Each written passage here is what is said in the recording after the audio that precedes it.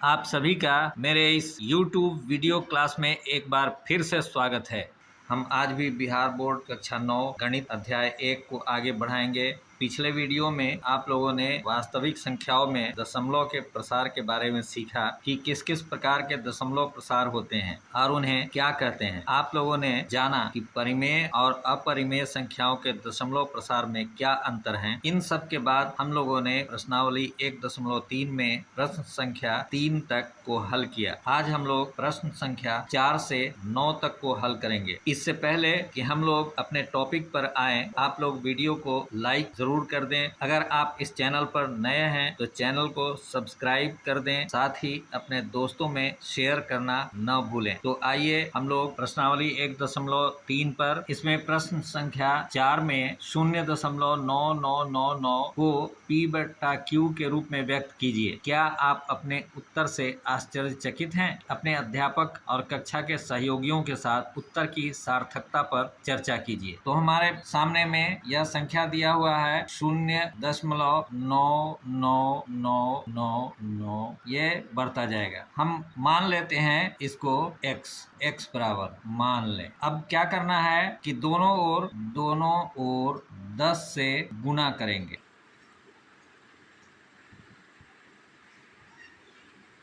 इधर हो जाएगा 10x बराबर 10 गुना 0.99999, यह बढ़ता जाएगा। यह हो जाएगा 10x बराबर 10 में इस संख्या में गुना करने पर दशमलव एक स्थान दाईं ओर बढ़ जाएगा।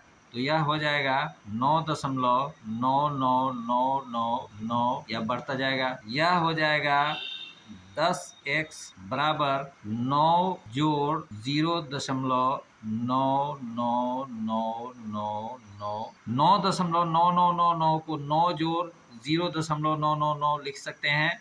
आप इन दोनों को जोड़ करके देख सकते हैं, ये इतना ही हो जाएगा। इसका अर्थ यह हुआ कि 10x बराबर 9 जोड़, इसको हम लोगों ने x माना है तो यहाँ पर लिख देंगे x। अब क्या हो जाएगा 10x और x को इधर लाएंगे हम लोग तो -x बराबर 9। इसका अर्थ हो जाएगा 9x बराबर 9, इसलिए x बराबर 9/9 और 9 में 9 से भाग देंगे तो 1 हो जाएगा। यही आपका उत्तर हुआ 0.9999, इसका मान हो गया 1। आप लोग देख रहे होंगे कि यहाँ इतनी संख्याएं हैं, इतना दूरी तक यह अनंत तक जा रहा है और सिर्फ 9 है, और जब ये हल किए तो केवल 1 हो गया। यह आश्चर्य होने वाली बात है, लेकिन ध्यान देने की बात यह है कि दशमलव के बाद 0.9 एक स्थान तक 1 से कम होता है, हम जानते हैं। ये 1 का 10वां हिस्सा होता है।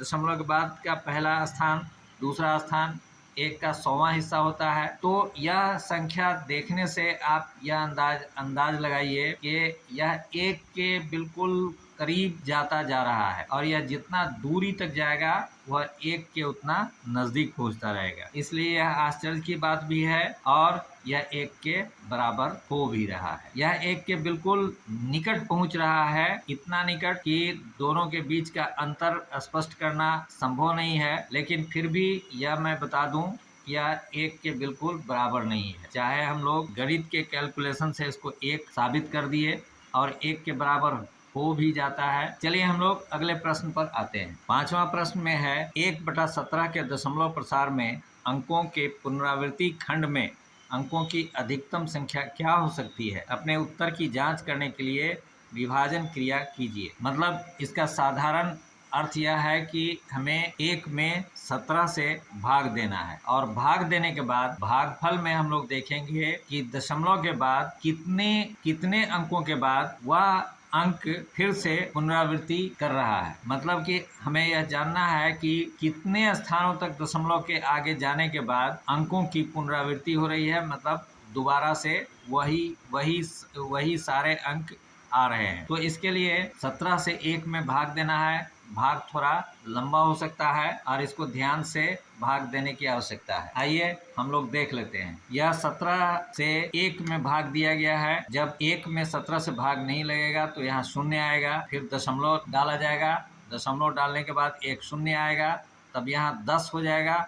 10 में भी 17 से भाग नहीं लगेगा तो एक शून्य यहाँ आएगा और एक शून्य यहाँ फिर आएगा। अब 17 से 5 बार 85। इस प्रकार से यह भाग की क्रिया आगे बढ़ती रहेगी और यहाँ आने के बाद अंत में फिर शेष 1 आ जाता है, जो हमारा सबसे पहला 1 यही प्राप्त हो जाता है। तो इस प्रकार से फिर यहाँ से 1 पर शून्य पड़ेगा, फिर शून्य पड़ेगा, यहाँ शून्य आएगा, फिर दशमलव के लिए यहाँ पर दशमलव आया तो हम यहाँ शून्य डालेंगे, भाग नहीं लगेगा, फिर यहाँ शून्य पड़ेगा और इस प्रकार से यहाँ तक के अंकों की पुनरावृत्ति फिर शुरू हो जाएगी। फिर यहाँ से 0 5 8 8 2 3 5 2 9 4 1 1 7 6 4 7 यह आगे आएगा, फिर उसके बाद वही अंक फिर दोहराएगा। तो इसका अर्थ हुआ कि इसको हम लोग गिन लेंगे 1 2 3 4 5 6 7 8 9 10 11 12 13 14 15 16। दशमलव के बाद 16 स्थान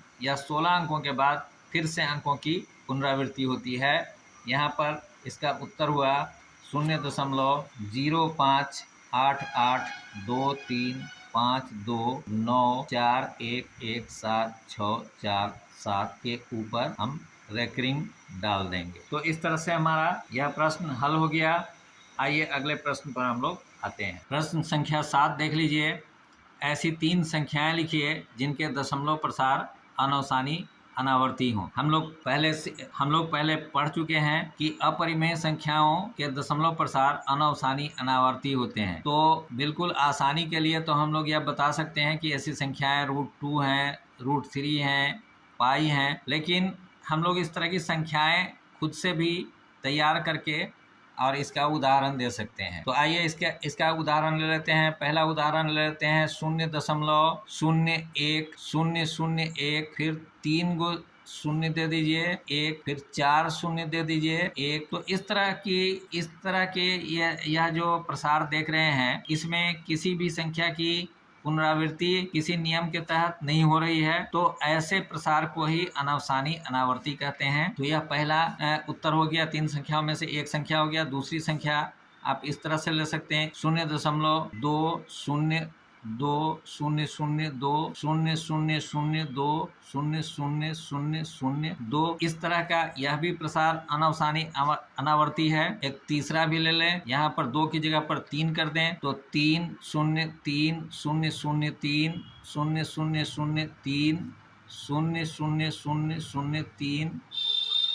तो ये सभी संख्याएं ऐसी हैं जिनके दशमलव प्रसार अनवसानी अनावर्ती हैं। आइए हम लोग अगले प्रश्न पर आते हैं। 8वां प्रश्न को देखिए। परिमेय संख्याओं 5/7 और 9/11 के बीच 3 अलग अलग अपरिमेय संख्याएं ज्ञात कीजिए। तो हमारे पास संख्याएं दी हुई हैं 5/7 और 9/11। आप 5 में 7 से भाग दीजिए, 0 यहाँ 0 हो जाएगा, 7 सते 49, 1 0 7 7 3 इस तरह से हुआ। फिर 11 से 9 में अगर भाग देते हैं तो दशमलव के बाद 0 आता है, 11 8 88, 11 से 8 बार लगाएंगे 88, घट कर 2 आएगा, दशमलव के कारण यहाँ 0 पर जाएगा। फिर 11 से 1 बार लगाएंगे 11, 9 0, 11 से 8 बार 88। अब हम ऊपर के परिमेय संख्याओं 5/7 और 9/11 को दशमलव के रूप में लिख सकते हैं। 5/7 को लिख सकते हैं 0.714। 9/11 को लिख सकते हैं 0.818। अब इनके बीच हमें 3 परिमेय संख्याएं बतानी है।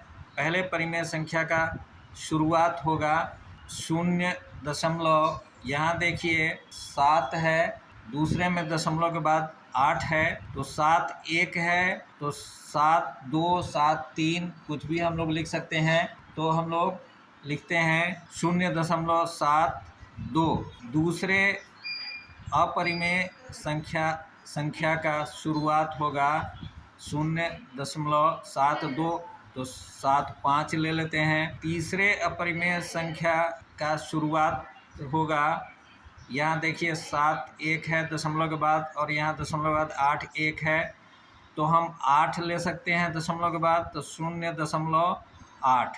अब हमें इन तीनों को अपरिमेय संख्या के रूप में तैयार करना है। तो अब हम लोग पहले परिमेय संख्या को तैयार करते हैं। यहाँ दशमलव के बाद 7 2 है, हम इसके आगे एक शून्य डाल देते हैं, फिर 7 2 लिख देते हैं, फिर 2 शून्य डाल देते हैं, फिर 7 2 लिख देते हैं, फिर 3 शून्य डाल देते हैं, फिर 7 2 लिख देते हैं, फिर 4 शून्य, फिर 7 2। इस तरह से यह आप देख रहे हैं कि इसमें अंकों की पुनरावृत्ति किसी नियम के अनुसार नहीं हो रहा है, ऐसा अपरिमेय संख्या में होता है। चलिए दूसरा अपरिमेय संख्या हम लोग तैयार करते हैं। यहाँ 0.75 है, तो इसके बाद हम एक शून्य डाल देते हैं, फिर 7 5 लिखते हैं, फिर 2 शून्य डाल देते हैं, फिर 7 5 लिखते हैं, फिर 3 शून्य डाल देते हैं, फिर 7 5 लिखते हैं, फिर 4 शून्य डाल देते हैं, फिर 7 5 लिखते हैं। तो इस तरह जो संख्या हमें मिल रही है यह अपरिमेय संख्या है। इसमें अंकों की पुनरावृत्ति किसी भी नियम के तहत नहीं हो रहा है। आइए हम लोग तीसरे को देखते हैं। हम तीसरा अपरिमेय संख्या तैयार करते हैं। यहाँ शून्य के बाद 8 है, शून्य है, फिर हम लोग 8 दे देते हैं, फिर 2 शून्य दे देते हैं, फिर 8, फिर 3 शून्य, फिर 8, फिर 4 शून्य, फिर 8। तो इस प्रकार यहाँ भी हम देख रहे हैं कि अंकों की पुनरावृत्ति एक तरह से नहीं हो रहा है, तो यह भी एक अपरिमेय संख्या है। आइए हम लोग अपने अगले प्रश्न पर आते हैं।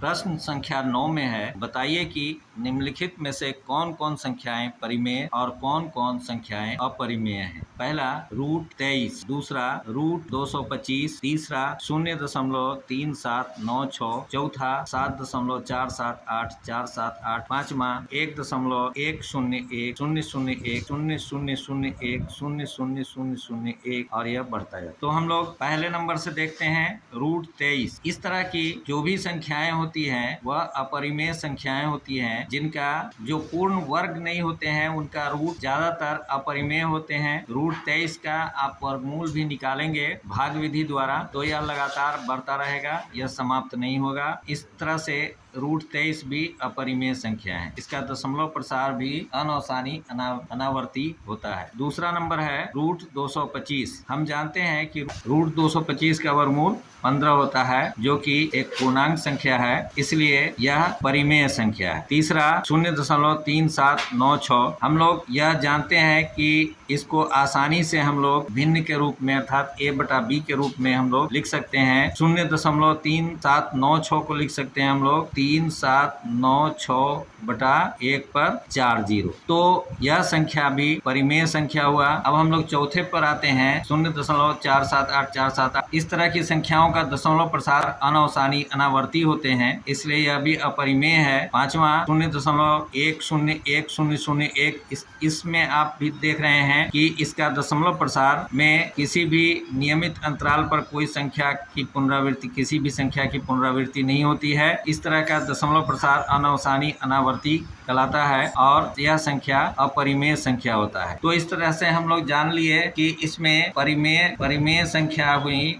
2 और 3 और अपरिमेय संख्या हुआ 1 4 और 5। इस तरह से हमारा प्रश्न संख्या 9 का यह हल हुआ। आज के लिए इतना ही। हम मिलते हैं अगले वीडियो में। हम लोग पुनः संख्या पद्धति को आगे बढ़ाएंगे। आप सभी खुश रहिए, खूब पढ़िए, खूब खेलिए, अपना नाम, अपने परिवार का नाम, अपने समाज का नाम और अपने देश का नाम ऊंचा कीजिए। तो हम लोग विदा लेते हैं।